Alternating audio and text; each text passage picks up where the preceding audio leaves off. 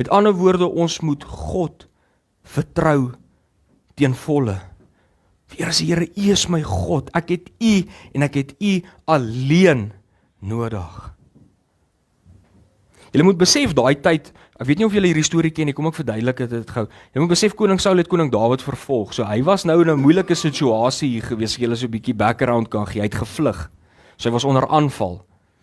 So hy was in nood hierso en hy het tot God aangeroep en God het hom nog elke keer uitgered uit sy moeilike omstandighede uit.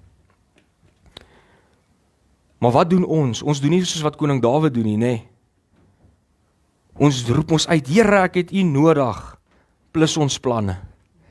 Nê? Ons het die Here plus ons planne, dis hoe ons deur die lewe gaan. Nê? Is dit net ek?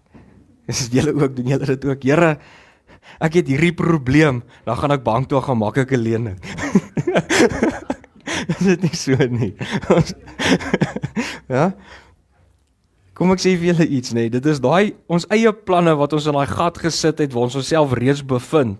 So om jou eie planne te volg, jy nie uit die gat uit haal nie. Enigste nie hoe uit die gat uit kan kom is om te sê, Here, ek het U en ek het U alleen nodig. Die Here se planne te volg. Want anders gaan jy uit die gat uitkom want jy het jouself daar gesit. So om uit te kom, gaan jy moet God se planne volg. En jy moet waarlik God aanroep. En nou wat ek sien wat baie mense dit ook doen is, hulle roep God aan. Nou het ek 'n wonderlike preek gegee vandag. Roep die mense God aan, net omdat die pastoor so gesê het.